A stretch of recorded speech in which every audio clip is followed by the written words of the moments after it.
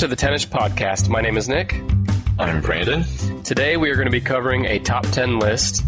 Brandon does not know what that list is until right now. I had the list in front of me. But before I reveal the list, this is going to be a giveaway, but Brandon, when I say the word horror, Horror. Horror or horror? Horror. Okay. Horror, yes. What's the first thing you think of? The Shining. Yeah, I actually predicted you would say that. Shining is a great horror film. It's a better book, in my opinion. I know you disagree on that. But you are referring to Stanley Kubrick's The Shining, right? Not ABC's Stephen Wright's The Shining. It's so weird that you think of Stanley Kubrick's first. When I think of horror, the first thing I think of is It. Another Stephen King, just coincidence here, but the book and last year's movie and the original miniseries from 1990, also my favorite pieces of fiction. Today's top 10-ish list is the highest grossing horror films of all time. Right away I have to ask, are these adjusted for inflation? These are not adjusted for inflation. Let me give you some reasoning for that. I spent a lot of time trying to figure out what I wanted to cover this week. And I looked at both the adjusted for inflation list and the not adjusted for inflation. And for any jackasses out there, Explain to the folks at home what adjusted for inflation means. I'm no expert. I'll do my best here. But adjusted for inflation basically means that ticket prices for movies were a lot different in 1950 or 60 or 70 or even 2000 than they are today. And so adjusted for inflation means it's basically leveling the playing field to where a movie's box office gross from the 50s can compare to a movie's box office gross in 2018. So I looked at both lists, and one, I found that they were still fairly similar, despite, we had the same few films that made both lists. But the not adjusted for inflation list is just more interesting to me. Anyway, it's a lot of the same films anyway, and I have notes that we'll go through on which films made the adjusted anyway. Let me clarify. This is the top 10-ish highest grossing horror films ever not adjusted for inflation, but despite that, there's still some old films that make the top 10, which is all the more impressive. Right, and I would kind of expect that. So why don't we start by, Brandon, why don't you tell me a few films that you're pretty certain are not in the top 10? Bride of Chucky. Bride of Chucky. I never saw it, but I know it stars, or is that the Bride of Chucky is voiced by I can't remember, Jennifer Tilly. Yeah, I think her name is. That's it. I never saw it, but I did wonder, did the dolls make love in that movie? I'm pretty sure they did. Isn't that like the whole point? Like the movie's like super. I think I need to see this now. If there's a chance that these dolls, if it's like Team America World Police. Yeah, if Chucky lays down on top of her, I want to watch it. Thanks for that disgusting drinking noise. But Child's Play. That was the sound of Chucky laying on top of her. Child's Play started as a straightforward horror film, but a lot of the sequels, including Bride of Chucky and especially like Seed of Chucky, are comedy horror films now. Oh, I guess, yeah, they had to have lay with one another if there was a Seed of Chucky. Yeah. Yeah, so I need to get caught up. I've seen Child's Play. I've seen the first, and I think I've seen the second. And I enjoyed them. I was a kid when I saw them. But I think as an adult, I would really like to see these two dolls going at it and then making a doll baby. You could just watch porn of humans doing it. That's not what I'm after. About Chucky. Today, I'm a huge horror fan. It's my favorite genre. You know this about me. But when I was 9 years old, that was not the case. I was scared to death of horror films, and I was at a sleepover with a friend's house one time. I remember this really vividly. And they put Child's Play in. And I'd obviously never seen it. I was 9. We're all 9. I don't know what. My parents never let me watch rated R films when I was 9, but this kid's parents did. So we watched Child's Play. I'm gripping my... So you guys settle down and watch Child's Play, and here's some razor blades to play with. Yeah. So we're watching Child's Play. I'm gripping the pillow the whole time. And get this. There's this kid who's 9. It's his 9th birthday party. He's a huge horror fan at 9. So he has like all the Chucky movies. He has all the Halloween, all the Friday the 13th, all over. And he has life-size Chucky dolls, several of them, all over the bedroom that we're watching this in. I remember that at the time that Child's Play was popular. I don't remember Chucky dolls, although I'm positive that they had them. At the time that Child's Play was originally popular, in the 80s, was also a time when they sold a life-size doll, one for girls and one for boys. The one for boys was called My Buddy. And there was a song, My Buddy and Me. And then at the end of the commercial, they would switch over and advertise the girls' version, which was called Kid Sister. And it was a doll, it was child's. It looked just like a kid, and it was the same size as a kid, and it looked like he was dragging around a body, like in the backyard to play with. And I always thought that was weird that at the same time this terrifying movie about a doll coming to life and murdering people was popular, that some toy maker was like, you know what we should do? Take that same idea and market it as if it is totally not creepy for a kid to drag around a body the size of themselves. Right? And did it talk? No. I mean, that is I don't creepy. think so. I didn't have one, but I don't think it talked. But imagine seeing that doll killing people right in front of you, and then you look to your right and your left, and that doll's sitting there looking at you. It terrified me. And I actually, the scene I remember most is when the kid's laying in bed with the Chucky doll before anyone knows it's evil, and the mom closes the door and listens at the door to see if she can hear the doll talk to him, like the kid's telling her. And you see Chucky's eyes shift over and see her shadow in the door. And so he says, he says whatever, like, friendly doll thing he's supposed to say. But that just freaked me out. And I actually slept with a Bible under my bed for, like, the next few months. And, well, one more thing about Chucky is I'm a big Seinfeld fan, and Child's Play is one of the few VHSs I can make out in the background of Jerry's apartment. Really? I've never noticed that before. It does seem like a movie that he would enjoy. Yeah. Because it has a toy that comes to life. And now, since we're speaking about horror and being a child and using the Bible as the defense mechanism.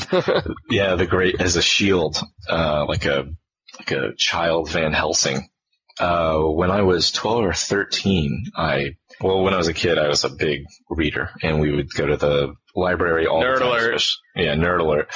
Especially during the summer. And I quickly left the children's and even the young adult section and went to 2 sections of the library. I would go to the adult nonfiction section with all the stories about aliens and abductions and ghosts and hauntings and cryptids and other creepy stuff like that, serial killers and murderers. And then I would also seek out like the adult fiction section with like Stephen King and other books like that. And I checked out William Peter Blatty's Exorcist. I had not seen the movie yet. I had only seen bits and pieces of it, but I checked out the novel and I read the entire thing.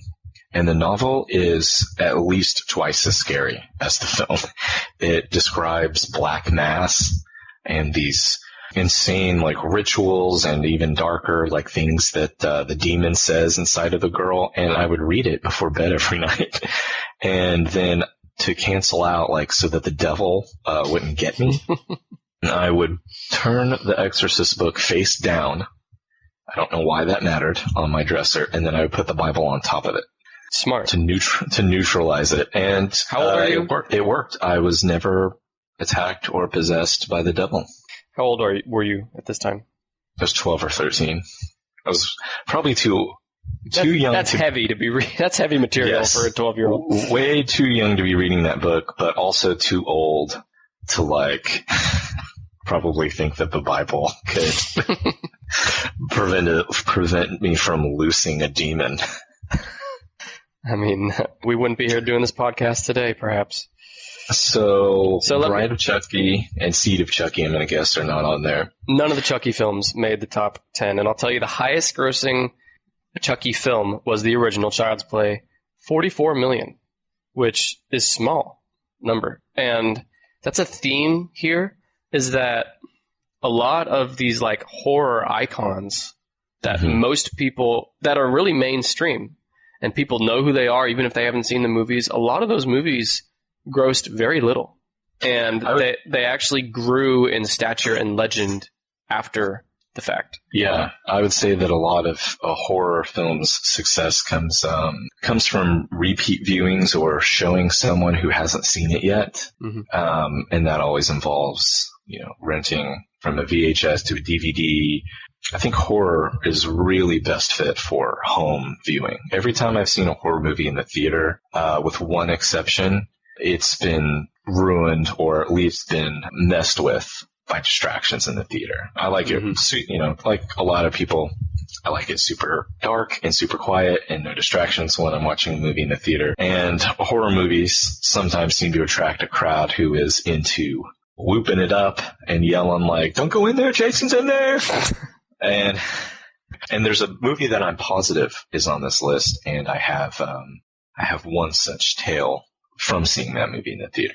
I'm also going to guess that there are no Friday the 13th movies on here. None of the sequels from Friday the 13th or Halloween or Nightmare on Elm Street. I'm going to guess that none of the sequels are on here. You'd be correct. What about the originals? I think there's a chance that some of the originals on here. I think there's a chance that Nightmare on Elm Street or Friday the 13th. Friday the 13th might be. I think it had a fairly small, I don't think it made a big blip in the theaters. I think a lot of these movies gained traction from HBO or cable. Yeah.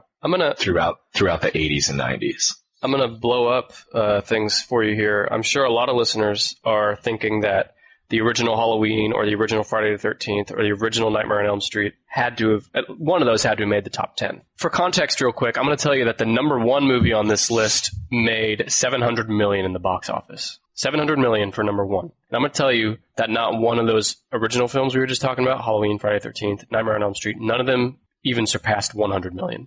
Not one of them are even in the top 25. Yeah, I guess it doesn't surprise me now that you say it. Yeah, it doesn't. It did surprise me going in. Whenever I do research for these, I kind of make note of what I'm expecting to find before I reveal it. And I had Halloween and Friday the 13th on here. Another one I had on here was the Texas Chainsaw Massacre. And I'm going to tell you that only one of those films surpassed 100 million, and that was the remake in 2003. I think a lot of these really, really grew through video rental or cable. Yeah. But it's just really surprising. I mean, I'm sure people had those on their list because everyone knows who Jason is. Everyone knows who Michael Myers is. Everyone knows who Freddy Krueger is. Everyone knows who Leatherface is, whether you've seen the movies or not. Yeah. They've invited him into their homes. Yeah. But my favorite thing about Freddy Krueger, hell of an ass. Yeah, hell of an ass. I think I'm ready to get into this list. Real quick, we'll just go through these rapid fire, but a few movies that I was sure would not be in the top 10. Leprechaun 4 in Space.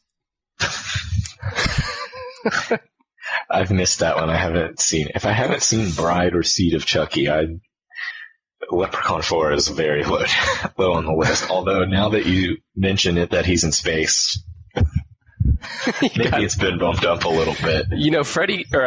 Jason goes to space too in one of his movies. And I have another space movie here, Killer Clowns from Space. I have a story about Killer Clowns from Space that I'll have to tell you off air. Okay. It's too hot for the mics. Wow. I mean, can you give us a teaser? There's a scene, I guess I'm just going to say it. There's a scene in the movie where, as you may have guessed, if you've never seen it, killer clowns come from outer space and terrorize some 1980s teenagers. And like a lot of 1980s movies, there were a couple of horny guys, right? A couple of guys out of the movie Porky's who were just trying to get girls or see some boobs or something. Are these real girls or are these puppet Chucky girls that you want to see?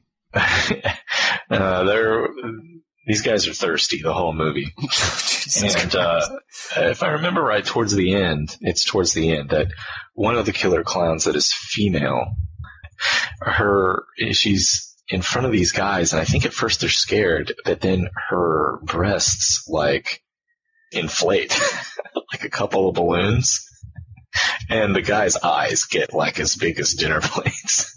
And I can't remember what after that, but they went from sheer terror from like, well, maybe this killer clown from outer space, maybe she deserves a second look. The point of that, and this is part that you may cut, was like, that's one of the first times I noticed that I was like, never mind. But just say it. I'll cut it. Just say it. It was like, it was one of the first times I saw something I was like, oh, that caused a little stirring in me.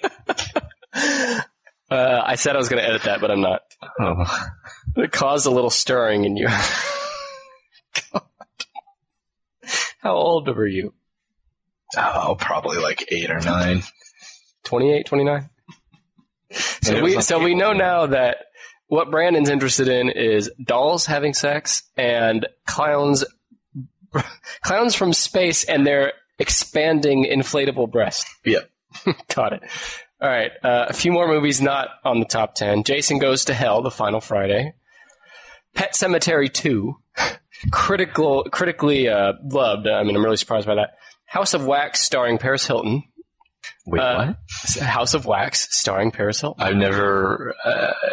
House of Wax was originally a Vincent Price movie, right? Yeah.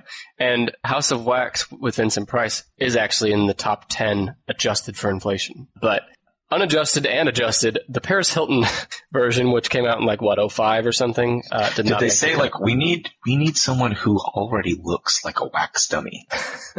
Well, you remember Paris Hilton was like the original Kim Kardashian. I mean... Yeah, I never really got that too. I mean, I get that she's wasn't doll enough for you, wasn't clown enough for you. No, her skin tone was normal flesh colored. It wasn't ghastly white, and she did not have a red nose or sharp fangs or inflatable boobs. But yeah, I remember like when she was like super popular, they kept putting her in movies and stuff, and I'm like, well, everybody was like, well, why? But that one makes sense if they want someone who looks like they're made of wax. But she wasn't made of wax. She was the non-wax character. Well, then that's miscasting. All right, one more sequel here, and then we'll get to the real list. Blair Witch 2, Book of Shadows. I saw that in the theater. I was in college. I took a girl to see it in the theater, and then I apologized after we left the theater because the movie sucked so bad. I never saw it, but I'm actually a big fan of the original, which we'll talk about. Yeah, so was I. Book of Shadows didn't make the cut. All right, let's get into the real top 10. What movies do you think had to have made the cut? Well, when you said 700 million, there's 2 recent films. Semi-recent. I say recent. One of them came out, I think, almost 20 years ago, that I know were huge box office successes. One of them is even more recent, and we've already mentioned it. It was It. 1990, starring Tim Curry. This would be the 2017 It? Yeah. 2017 It is in the top 10. I'm not going to reveal the ranking until later in this episode, but It is in the top 10, and let me tell you about It. I'm a huge fan of the movie, a bigger fan of the book. If you have not read the book, go out there and read it. And not just for the horror elements, I just think it's a great story about growing up and how your childhood impacts your whole life and the memories you have there. Stephen King is pigeonholed, and I would say rightly so in most cases as a horror writer. But I don't think people realize that he gets people, and he gets childhood, and he gets adolescence very, very well. And yeah, I agree. Some of the parts of his novels that I enjoy the most are the fact that, like, the short story or novella, The Body, which is what the movie that Stand By Me was based on, gets 12-year-olds better than almost anything I've ever read. Although it's not a horror novel, his book 11/22/63 has one of the most like interesting and engaging love stories alongside the fascinating historical time travel story.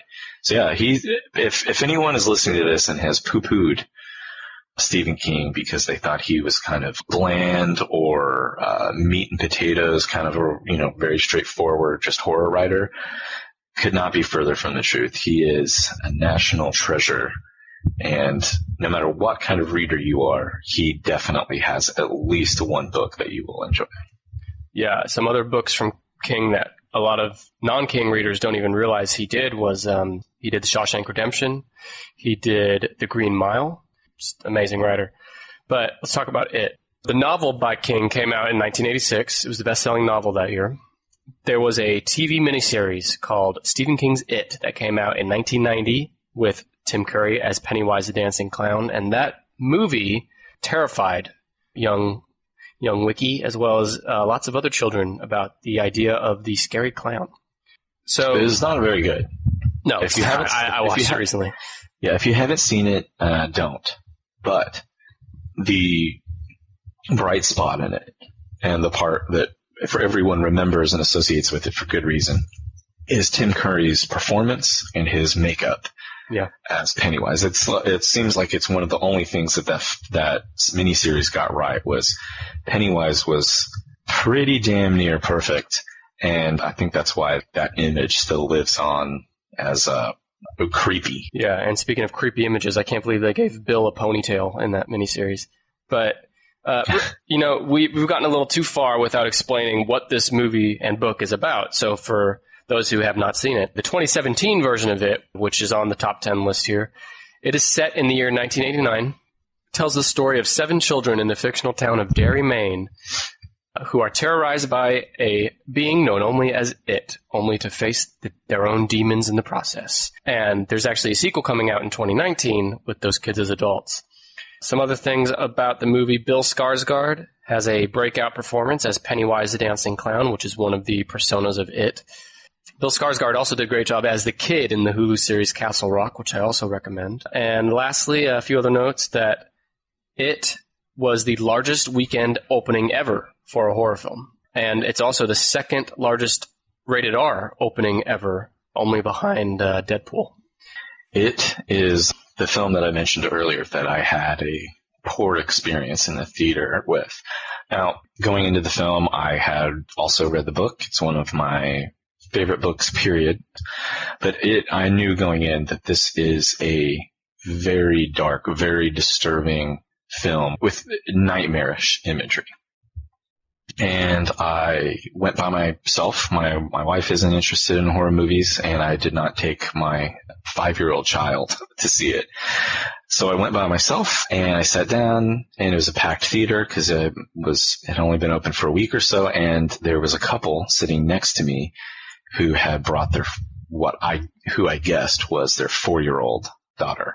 I thought about maybe mentioning to them, but then I thought, whatever, it's their kids, their problem. The girl was terrified the entire movie. Yeah, that actually breaks my heart to think of, because that movie is, especially for people that don't like horror or are not used to horror, that's a heavy, heavy film with a lot of really, they're very talented. There are not quite as many jump scares as other modern horror films, but there is some imagery that is just straight up stuff of nightmares, especially for a kid. Anyway, great story. Thanks for that. It really brightens up the show here. Shout out to that little girl. Hope everything's going okay. One more note about it, and then we can move on, is it had a Rotten Tomatoes score of 85%. And for any horror fans out there, I think you could agree that you got to kind of see a lot of bad horror to get to the good horror. In other words, Rotten Tomatoes is not kind to the horror genre in general, and that's mostly well-deserved. But it managed to make 85%, which is near unheard of territory for horror films, although I will say there's several films that get pretty high on this top 10 list, which is probably why they're on here. Besides comedy, I don't know if people realize besides comedy, horror is probably the most difficult genre to pull off well. It is extremely difficult. They talk about, needing some sort of award. I don't think they need this. I think the world is full of enough self-congratulatory bullshit. But they talk about how, there needs to be an award for best comedy. because it's so difficult. And I can see the point in that, but if that's true, then there needs to be a category for best horror or best thriller, because it is incredibly difficult to pull off and balance. And it does very well at balancing comedy. There's some good wisecracks in it, along with horror, and then that kind of 1980s adolescent nostalgia that I know is so popular right now. They nail the setting really well in that film. And I actually heard and read online people saying it ripped off Stranger Things, which is ironic because Stranger Things ripped off it. And I love Stranger Things. It's one of my favorite shows. So I'm not ripping on Stranger Things. I'm just saying that it was first and Stranger Things came after. And the Duffer Brothers, who created and are the showrunners for Stranger Things, would agree with you. There are little callbacks and little hints and Easter eggs scattered throughout Stranger Things. They know that they owe a lot of what they're doing to Stephen King. Let's move on from it, but I do want to pause, make a note here that I forgot to say at the top. My sourcing for this is boxofficemojo.com, and I actually found the list from a review businessinsider.com did. And this is a good point, or a good time to say, too, like what classifies as horror. So some movies that would be on here but aren't would be like War of the Worlds with Tom Cruise. Some people might consider that a horror, but I don't. And it didn't make, Business Insider's list. So just want to flag that, too. Before we go any further, too, I do want to put a quick plug for this show. You can follow this show at 10ishpod on Facebook, Twitter, and Instagram. That's 10ishpod. And I'm making a breaking news announcement right now, Brandon. Get ready. That 2 announcements, actually.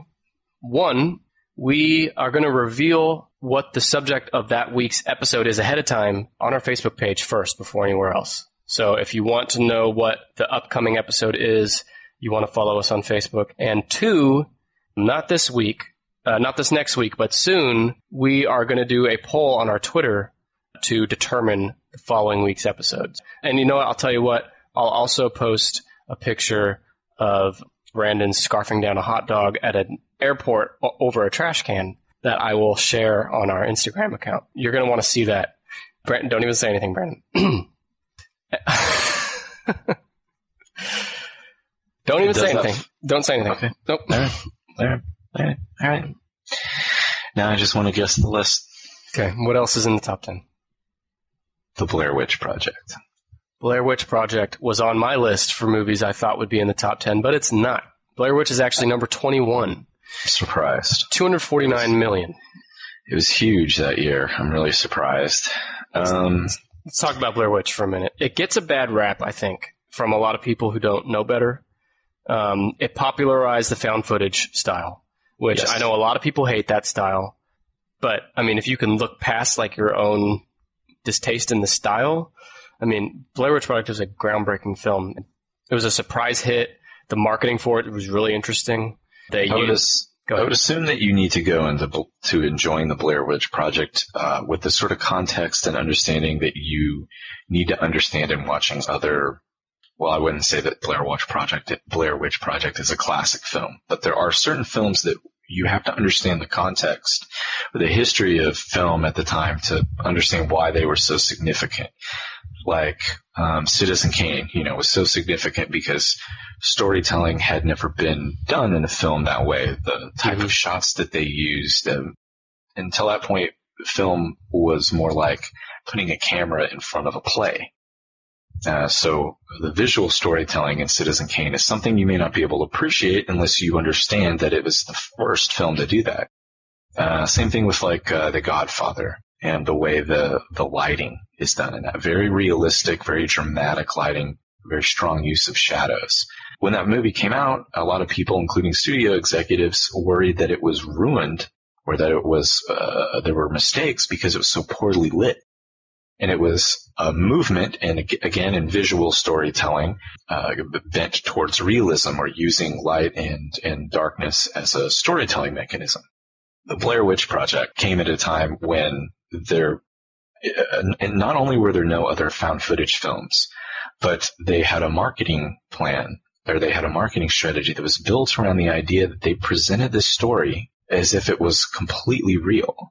The 3 actors in it went by their real names in the film. They did no press leading up to the film. I think they did very limited press after the immediate release of the film. And I went to that theater with a group of people. I was in high school, and I went to that film with a group of people, and one of the girls had seen all the marketing for it and did not know that it was fiction.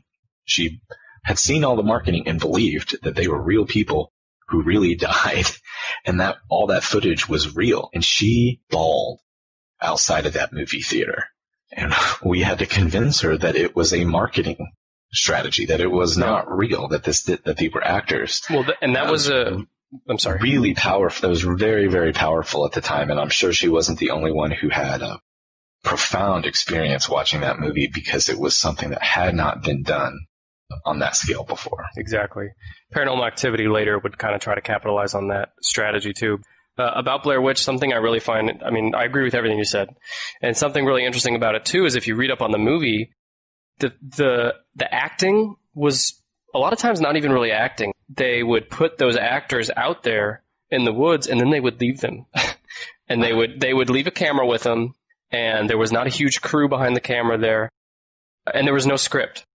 You know, the actors would have a direction they knew they would work in, but the filmmakers would literally scare the actors, like, off camera, with the actors not knowing what it is. And so it's like Curb Your Enthusiasm in the woods.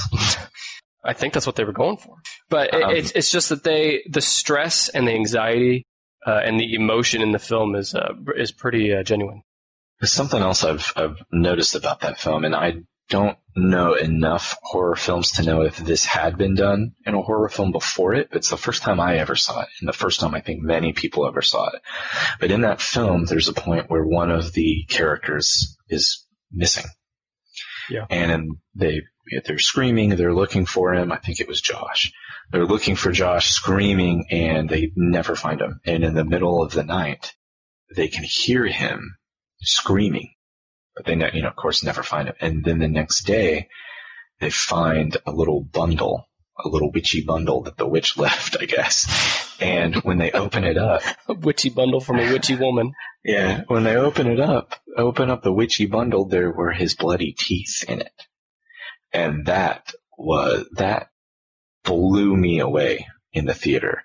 And I had never seen it before, and I hadn't seen it since until I saw the trailer for the new Halloween. There's a part in the trailer where a woman is hiding in a bathroom stall, and Michael Myers puts his hand over the top of the stall and drops a handful of bloody teeth in there with him. And I wonder if that was partly inspired by Blair Witch Project. The thing about Blair Witch, too, is it employed a style that I really enjoy, which is in other films on this list, and that is that you never really see the villain. She's implied, and you see the signs of her presence, but you don't see her. And I really enjoy it. And some people get frustrated by that. No, I love that. Yeah, I really enjoy that. But anyway, as revolutionary as the Blair Witch Project is... Not on here. It's number 21, so it did not make the top 10. Okay, let's see. Paranormal Activity. Paranormal Activity is right behind Blair Witch. It's in the top 25 with $207 million. I can't believe this. I'm doing horrible. Well, I don't want to spend too much time on Paranormal Activity, but I do want to mention how effective it was. I saw that at the theater. I think I had been married like less than a year. So my wife and I saw it at the theater. The theater was nearly empty, so it was a great experience, terrifying. And then that night, I had a horrible nightmare based on it. And it was one of those nightmares where you try to speak out loud in your sleep. Everything comes out as like a muffled, I don't know, as just a muffled moaning.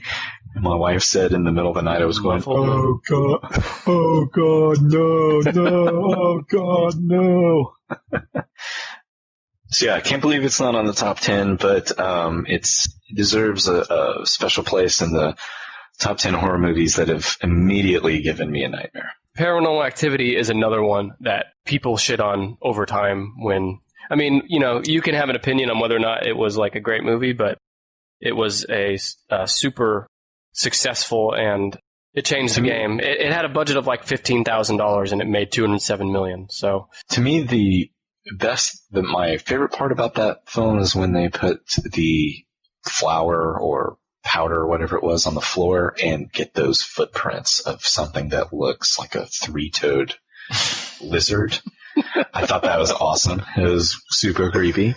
And I think the worst part is actually the part that I think Steven Spielberg suggested this to the filmmaker. And it's my least favorite part of the film. It's the very end, spoiler, I guess, if you haven't seen it, sorry, when Katie, the woman, is walking towards the camera at the end with that creepy look on her face. Oh, and her face changes, right? And there is a split-second CGI change to make her look more demonic as she attacks the camera. And I thought that was a horrible way to end what had been a very effective movie. Yeah, no, I'd agree with that. Okay, so let me move on so we can. We're only 10% into this list. Yeah, let me make this easier. So here's movies that I was sure would be in the top 10, or maybe not sure, but I thought had a good chance of being in the top 10, but they're not. Some we covered, like Paranormal Activity, Blair Witch Project, Halloween, Friday the 13th, Texas Chainsaw Massacre. The Shining is not in the top 10. Not even close. It only made $44 million. The Silence of the Lambs is not in the top 10. However, it is near the top 10 adjusted for inflation, but unadjusted it's not. Predator, that could maybe be borderline if people would consider that horror or not, but sure. It's not in the top 10. And one more is Saw. None of the Saw movies made the top 10. Very interesting. I'm going to guess that a lot of these movies are more modern horror films, some of which I probably have not seen. I'll tell you, in the top 10, the oldest movie on here is 70s. There's movies from from 70s all the way till today. It's the most recent. That rules out Rosemary's Baby and almost every Hitchcock film.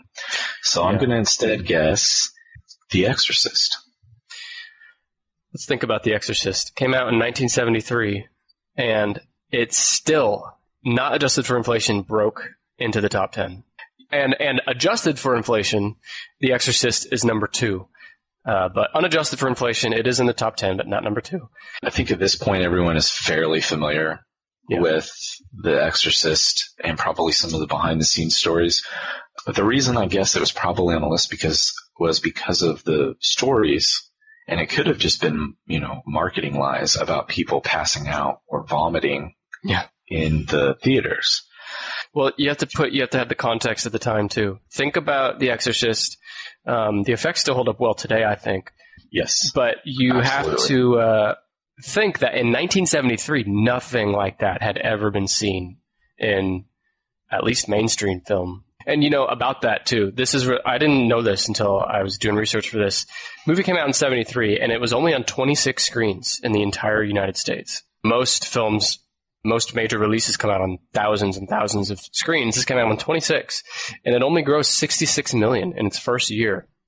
But through numerous re-releases over the years, it's grown to over $441 million globally. All these numbers are global, by the way, throughout the entire show. Yeah, that's right. I forgot when I was in college, The Exorcist was re-released. Director's cut that included a couple extra scenes. I believe they also added the flashes of the demonic face that is only seen for a split second. It's almost subliminal. And I bet that was a big contributor to it because it was re-released in 2000 or 2001. And I know that I went with a bunch of friends to see it, so I have to assume that a lot of other people did too. Yep. It's based on a book that Brandon talked about earlier. It won Oscars, which is also nearly unheard of for horror. It won Oscars for Best Sound and Writing for an Adapted Screenplay. It's the 9th highest grossing film of any genre ever, adjusted for inflation, domestically. It has a Rotten Tomatoes score of 86%. And one other tidbit here, I don't know if this is true, but I read this, and it said that several directors, including Stanley Kubrick, turned the Exorcist down. Do you know if that's true? You're a big Kubrick fan. I did recently, it's weird that you mentioned that. I did very recently hear that Kubrick was offered that and turned it down. I think it's really interesting that his next film was also a horror film. I believe the reason that he turned it down had something to do with adapting the story. No, it's because of all the spooky stuff that happened on set, Brandon. Oh, yeah, he was too scared, which is really interesting because anyone who is a fan of The Shining knows that his interpretation or his screenplay was based on Stephen King's book, but it was different, and it ends up being sort of a similar feel to it, but definitely a different film from the book. Do you want me to give you some hints, or do you want to just keep guessing for now? Let me make some lightning round guesses. All right. The Grudge. No, Grudge is not in the top 25. The Conjuring. Okay, so here is where this list fills up. The Conjuring is on the top 10. Okay. Several movies from the Conjuring universe make the top 10, or top 25. So that is going to help me. The Conjuring, the first one came out in 2013. It's grossed $318 million globally. Directed by James Wan. Spawned the Conjuring universe, which there is a universe now, if you can believe it. It includes films like Annabelle and the Nun that recently came out. The story follows Ed and Lorraine Warren, who are real people. They were paranormal investigators and authors associated with prominent cases of haunting, including the Amityville Horror story. The Warrens come to the assistance of the I don't remember, family who experienced increasingly disturbing events in their farmhouse in Rhode Island in the year 1971. And the thing about The Conjuring 2 is it was well received by critics. 86% of Rotten Tomatoes. If I am remembering correctly, the book or the original story that The Conjuring was based on with Ed and Lorraine Warren is another novel that I read way too young from the adult nonfiction section. And if I'm remembering correctly, is there a film called A Haunting in Connecticut? Yeah. I think that may have been the name of the book that it was based on. Even if it was all bullshit, which I'm sure almost all of it was, the book was absolutely terrifying. And I think that's something that when it comes to these films or books, and really, I would also agree, anything related to Ed and Lorraine Warren, who seem like very sweet people, but I think they're also like hucksters. Any book or story that revolves around them, if you just take it as a story itself, is incredible and terrifying. Where do you stand on the paranormal? I've seen and heard enough, and maybe another podcast that we can discuss the stuff that we've maybe experienced ourselves. I've seen and heard enough to think that maybe there is something. I would say that 99% of what is reported is BS, but that other 1%, there's some very, very compelling evidence that I think means that there's maybe some stuff out there that we don't quite understand. But I'm not like afraid of the dark, and I'm not like if I read The Exorcist now, I wouldn't have to put the Bible on top of it. I think it's just the devil playing tricks on us. He's a little jokester. But I have a Conjuring story. I'll say it quickly. I saw The Conjuring in the theater in 2013, and if anyone's ever seen The Conjuring, there is a clear escalation of events toward the end. Obviously, I mean, with most movies, that's the case. And right at that point, I mean, this is like an hour and a half deep into this movie. The climax is like building. And right at that point, this is an old school theater, didn't have recliner seats. So it's the type of deal where if someone wants out in that row, you have to stand up. Everyone in the row has to stand up to let them out. That was the case for a very, very large, obese young lady. Made the whole row get up. Again, this is near the climax of the movie. Mm-hmm. So you're thinking, okay, she must just really have to go to the bathroom. There's no other reason you'd get up right now. She's gone a while, which further cemented my theory. But she eventually does come back. And you couldn't miss her because she was carrying the stinkiest... This is a true story. The stinkiest little movie theater hot dog you've ever seen. She makes everyone get up. She struggles back to her seat, plops down. There's screams and ghosts and tension in the room, ghouls. And she just had to get herself a movie theater hot dog, which of all the hot dogs to get, I'll eat myself a hot dog, not at the airport over a trash can like Brandon did, but I wouldn't get the movie theater hot dog. She did. She had to have it. She had to get up and go get it. That's my Conjuring story. That's the thing I remember most about The Conjuring. It was a stinky one. All right, so I already spoiled this, so I'll just go ahead and reveal The Conjuring 2 is also in the top 10. It scored $320 million globally. It follows Ed and Lorraine Warren again as they travel to Britain to assist the Hodgson family, who are experiencing poltergeist activity at their house in the 90s, and that's based on alleged real-life experiences, now known as the Enfield poltergeist, probably the most famous poltergeist case of England. Rotten Tomatoes score of 79%, a little lower than the original Conjuring. I guess I forgot to mention the tie-in with the haunting in Connecticut was... Oh, yeah. Just like this other story, as things escalated, they called in a priest who said, I know just who to call. It wasn't the Ghostbusters. It was two elderly people. And it was Ed and Lorraine Warren. So you mentioned the Conjuring universe. And I know I have not seen Annabelle or The Nun, but I know that The Nun is very popular right now. Bad reviews, but yes. I'm going to guess is Annabelle on this list. Now, do you guess that because you hope that Annabelle has sex with another doll during the film? I can only assume that that's what a major plot point is built around. As Annabelle the doll seducing Ed Warren as Lorraine Warren desperately tries to keep her husband sane and stop. On the right side of the Lord. Just stop. There's two Annabelle movies, and they both make the top 25. And Annabelle Creation, which came out in 2017, made this list. But remember, this is not adjusted for inflation. Adjusted for inflation, these three would not be this high. But Annabelle Creation is in the top 10. It is the prequel to 2014's Annabelle. There's a third film scheduled for 2019. This movie actually got pretty positive reviews. Rotten Tomatoes score of 70% compared to the first Annabelle, which got a 29%, which is a little more typical of modern-day horror films. So Annabelle Creation made the top 10. And that is all the Conjuring universe films in the top 10. I have an idea. Is The Sixth Sense in the top 10? I'm surprised it took you this long. Sixth Sense is high up in the top 10. Let's talk about The Sixth Sense. I'm sure you have plenty to say. Came out in 1999. It was the breakthrough movie for our friend M. Night Shyamalan, listener of the show. Shout out to M. Yeah. It tells us... And the M stands for Mike. I thought it was Mario. But it tells the story of a troubled, isolated boy named Cole, played by Haley Joel Osment, who is able to see and talk to the dead, and an equally troubled child psychologist played by Bruce Willis.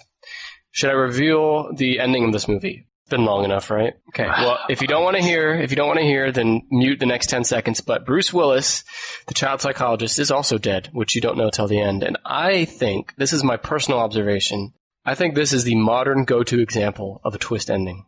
I feel like Sixth Sense is like always the go-to reference in other movies or conversations about twist endings. And it was a good twist ending. It was excellent. I think I saw that in the theater when it came out. I had not been spoiled at all, and I absolutely did not see it coming. Yeah. I thought it was, and it's even hinted at. It's one of those, I love a film where at the end you get your mind blown, and then if you watch it again, you have a new experience of, oh, I didn't pick that up. Oh, there's another clue. And that's a perfect example of it. That's, well, let me speak to that. Yeah, let me back up real quick. Again, our buddy Mike Shyamalan. I just found out, I just watched an episode of Norm Macdonald Has a Show, which recently came out on Netflix. One of his guests was M. Night Shyamalan. And what I did not know, and found out in this episode, was that The Sixth Sense came out in 1999. And, of course, his life changed forever. Also that year, he had done a rewrite on the film She's All That, which was one of the #1 films this year. That year. And there was another film that he had done writing for, and I cannot remember what it was, but it was another huge film that year, one that you would still remember. He had 3 monster successes that year, including The Sixth Sense. And that was, that's part of the reason why he's still a popular filmmaker 20 years from now. Is he had a huge 1999. Yeah, and he hasn't quite recaptured that magic sense. He got close with another film that we'll talk about in a minute, but yeah, Sixth Sense, it's a great film, and you were talking about how when you watch it a second time, you see these hints. And the analysis I read on this film, its box office performance, is that it had a must-see twice appeal. So a lot of the reason it did so well was people went and saw the film again. A few of the things here is that the film was nominated for 6 Academy Awards, including Best Picture, Best Director, Best Original Screenplay, Best Supporting Actor. The kid, Haley Joel Osment, had a lot of other prominent roles after this, including Pay It Forward, Artificial Intelligence with Steven Spielberg. But he kind of took a break after that, and he's only recently resurfaced in some comedy roles. He was in Sex Ed, I read. I've not seen that, but I'll have to take Wikipedia's word for it. He was in Kevin Smith's movie Tusk. Yeah. I started Tusk. I grew up a huge Kevin Smith fan. And I started Tusk just within the last week or so. And I got about 5 minutes in and decided I'm not in the mood for this. Yeah, I haven't seen it. You mentioned M. Night Shyamalan, and you said there's another film of his. Real quick. Might be in this list. Sixth Sense got a Rotten Tomato score of 85%. Yes, there are 2 other M. Night Shyamalan films in the top 25 and 1 other in the top 10. And that's the one I'm focusing on now. I'm going to guess. Is it The Village? No, but good guess. The Village is number 18. Is it The Mist? He didn't do The Mist. What's the one? He did something like that. Come on, this Signs. I did not. I'm blown away. I did not know that would be in the top 10. Really? Yeah, well, some people might not even consider that horror. It's kind of like suspense, science fiction, but it is horror if for no other reason than that shot that is like a split second long where you just get a glimpse of an alien disappearing into a field of corn. Oh, yeah. Well, Signs is another one, like we were talking with Blair Witch earlier. The ending of Signs is the opposite. But for the whole movie of Signs up until that point, you never see or you don't get a good look at the threat. Right. It's only implied most of the time, or you see a leg here and there. I just thought it did that phenomenally. And, Signs is actually one of my favorite movies. I'd put it in my personal top 10. I do think the ending brings it down because I just, But besides that, myself and all the critics out there gave it positive reviews for its atmosphere and its building of the suspense. It's just... I liked it. Yeah, I think it's a great movie. It also got a Rotten Tomato score of 74%. And Mel Gibson did okay, too, after that. The movie put him on the map. It builds suspense around, like, when is Mel gonna snap? Oh, Mel. Okay, so we got 3 left on this list. I feel like we've exhausted our buddy M, Mike Shyamalan. We've exhausted his contributions. We've exhausted the Conjuring universe. And we've hit the 2 that I was sure were here, It and The Exorcist. And I think at this point I'm going to need hints. All right. Some clues. You got 2 films here that are both about serial killers, and they both have heavy hitters in the acting department. And then you have another film here that is a classic from the 70s. That should get 7. 7 is on here. 7 came out in 95, stars Morgan Freeman and Brad Pitt, tells the story of a detective who partners with another retiring detective to track down a serial killer who uses the 7 deadly sins as a motive in his murders.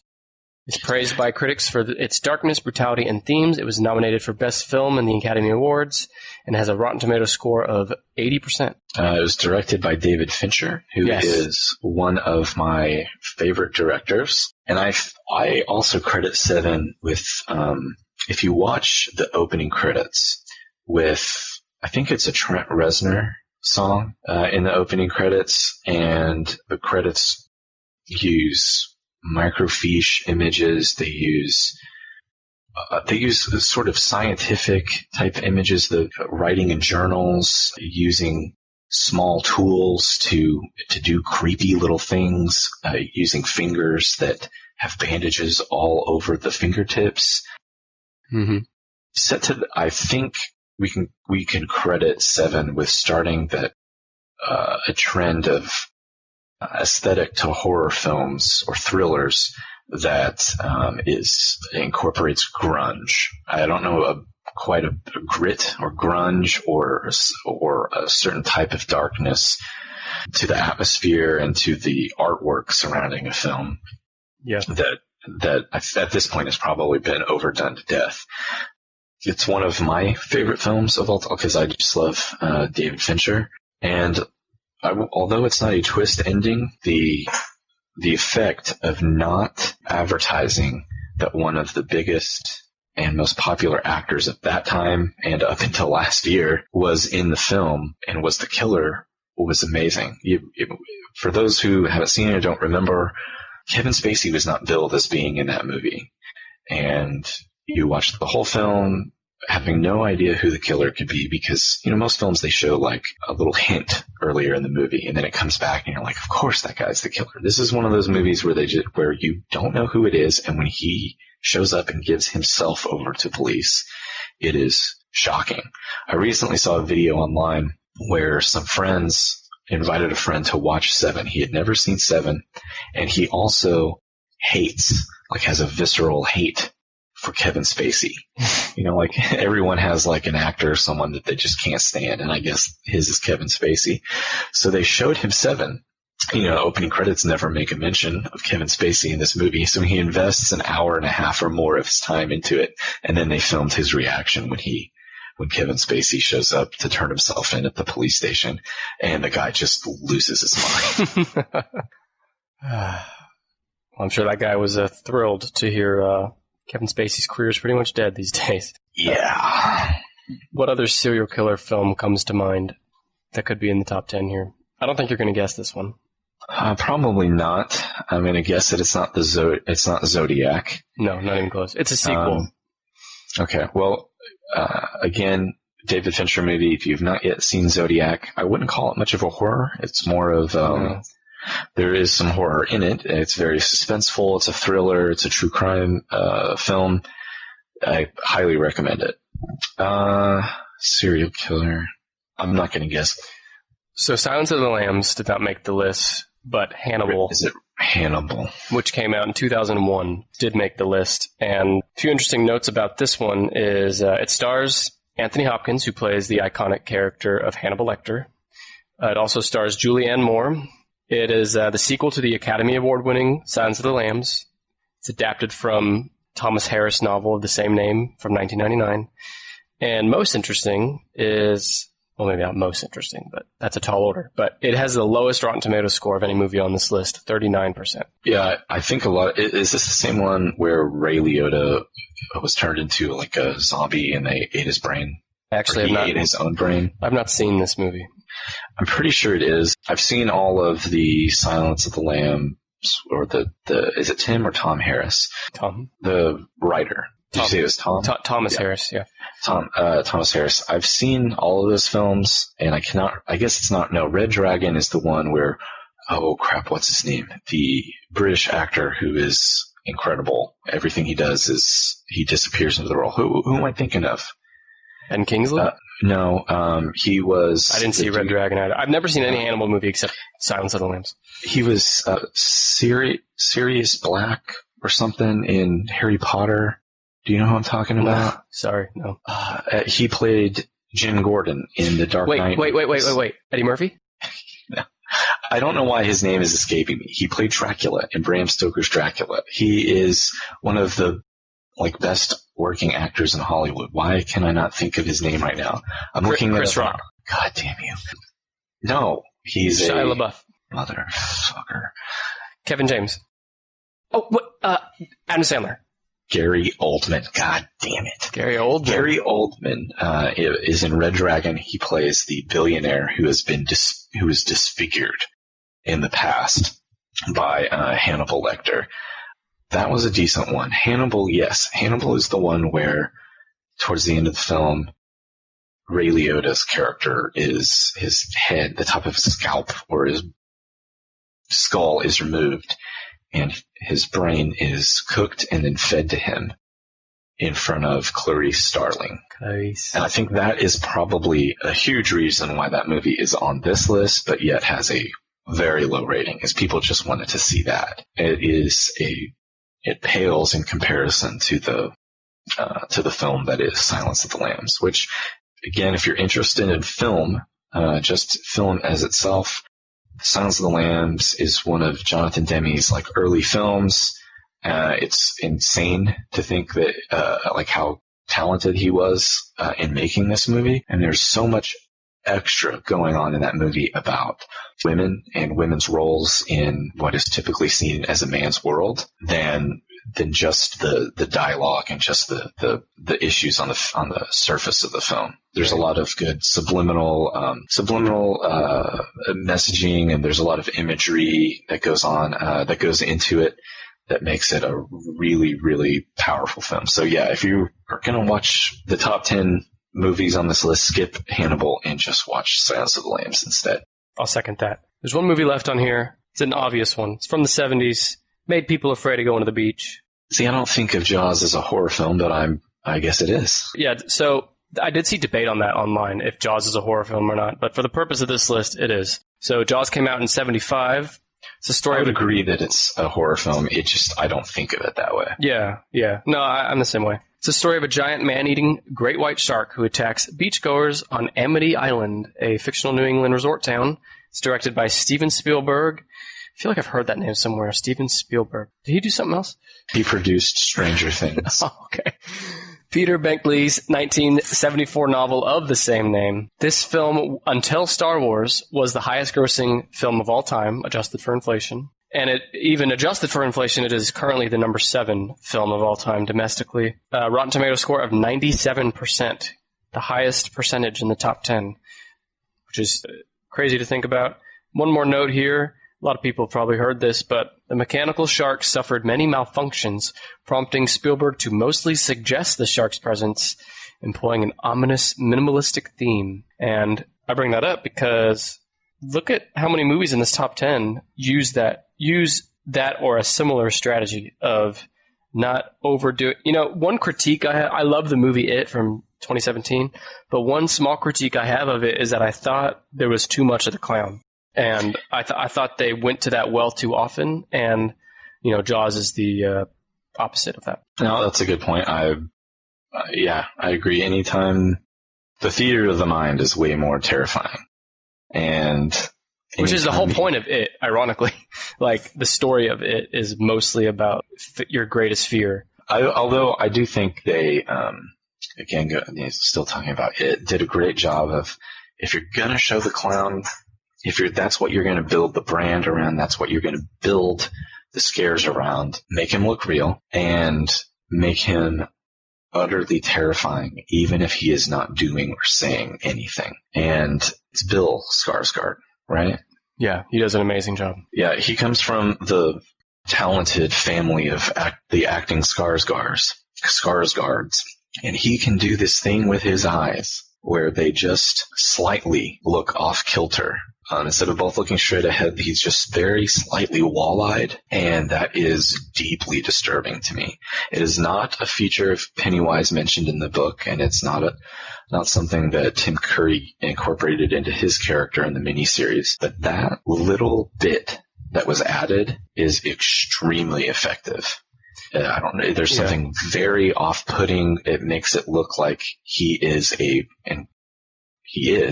a monster wearing a clown skin. Yeah. And it doesn't quite fit right. It's a similar look that you have when someone mentions hot dog. So what do you... Or Roger Rabbit. Roger Rabbit. God, Roger Rabbit. I never want to hear that again.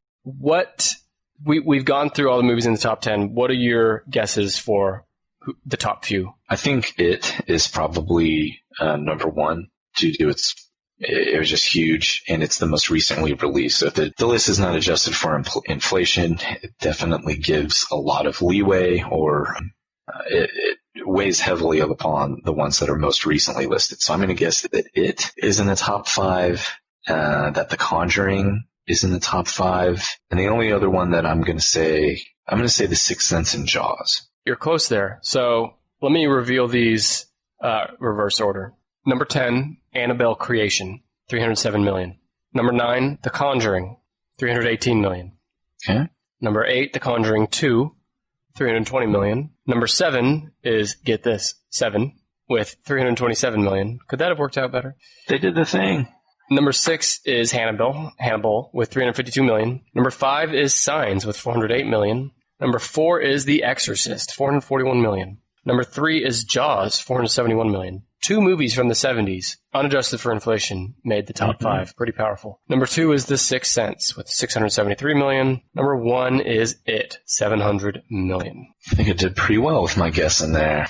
The top 10 adjusted for inflation is pretty similar to this list. A lot of the same movies are on there, like Sixth Sense, Jaws, Exorcist. Some movies that are on the adjusted list that we didn't make the list today include the original House of Wax, starring Vincent Price, Psycho, The Amityville Horror, Alien, Silence of the Lambs. Those movies made the top 10 adjusted for inflation.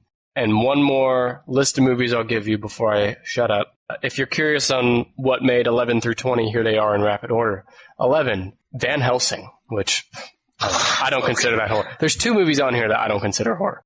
Van Helsing is number 11. Number 12 is Resident Evil Afterlife. Number 13 is Ghostbusters. Which one? The original. Thank God. I mean, at least thank God it's the original.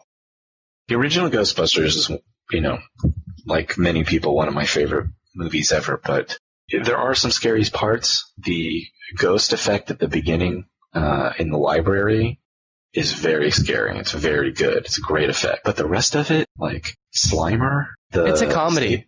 Stay Puft Marshmallow Man, and then even Gozer herself, she just looked like she belonged in an 80s music video. She wasn't scary. She didn't have inflatable breasts like Clown You Like. Then it would have been a different kind of movie.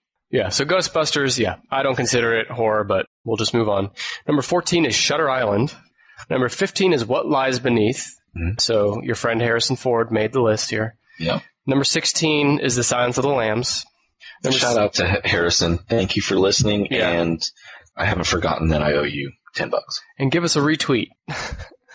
Number 16, Silence of the Lambs. Number 17, the original Annabelle. Number 18, The Village. Number 19, Get Out, which is my favorite movie in this pairing, probably. 99% on Rotten Tomatoes. Nominated for 4 Academy Awards. 1 Best Original Screenplay.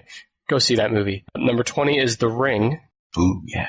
Yeah. So, and The Ring is another one that I think people, it's kind of, it was mocked in like Scary Movie and stuff like that, but that's another like really strong just story. Good movie. Yeah, it's good for the time it came out, and using VHSs as sort of a vehicle as part of the marketing and the mystique around the movie. That was a great idea. It was right at the end came out right at the end of VHS being the popular format, and right at the beginning of DVD. So there was something about like holding a VHS in your hand that was like, this is very nearly a relic from a past time. So yeah, they could not have done it, because now if you came out with The Ring and someone found a VHS and they were like, someone said don't watch that shit, you'd be like, okay, well, I don't have a VCR anyway. Yeah, unless I go to a thrift store, I'll never see what's on here. Yep. And one more note of clarification.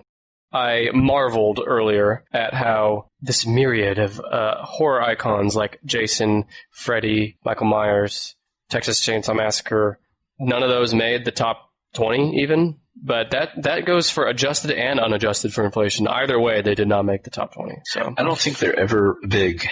I don't think they're big like money makers, but I think in terms of franchising and merchandising and then the rights to replay those movies, if you could, and I don't know how to do it, but I think if we looked at a top 10 list of like top earning horror franchises. Yeah, well, that is a list on my list to do in the future, is the top horror franchises. So we'll get there. And you're right, they are if it includes things like Halloween costumes, if that licensing is applies to them, then Freddy, Jason, and Michael Myers ought to be like the top 3. Yeah, and Michael Myers has a movie coming out as we record this next month. But the highest grossing Halloween film to date didn't break 100 million. It got to 80 million, and that's Rob Zombie's 2007 remake, which I didn't see that one. But the new Halloween coming out, which I think was written, or comedian or comic actor Danny McBride was involved with it. And yeah, I've heard that. I love that, dude. I love Eastbound and Down. I know it's not horror related. If you are listening to this and have not watched Eastbound and Down, stop everything you're doing and watch the first episode. All right, I'll see you later. I got to stop and go watch that episode. Yeah. Well, we did it, So Brandon. wrap it up then. Our longest episode to date, but we got through the top 10-ish highest grossing horror films of all time worldwide. Thank you, BoxOfficeMojo.com. Congratulations, listener. We will be back next week with a whole new top 10-ish list that Brandon here will hopefully take 5 minutes, 5-minute break from putting Bibles on top of books and Spooky books. and from watching Eastbound and Down. And hopefully he'll do 5 minutes of research for the next top 10-ish list. And in the meantime, don't forget to follow us on social media and rate us 5 stars. 1, 2, 3, 4, 5 stars on iTunes. It's a huge help for us. Brandon, anything else we should plug real quick before we go? No, just those 5 stars. Thank you in advance I'll plug for something else. making us a 5-star podcast. I'll plug something else. Bananas are healthy for you, and I think you should eat them tomorrow. Yep, time for shout-outs. Shout out to Bananas. Shout out to Mike Night Shyamalan. And shout out to Harrison Ford. Harrison Ford. All right, let's end this before it gets any worse. We'll see you next week, people. Thank you.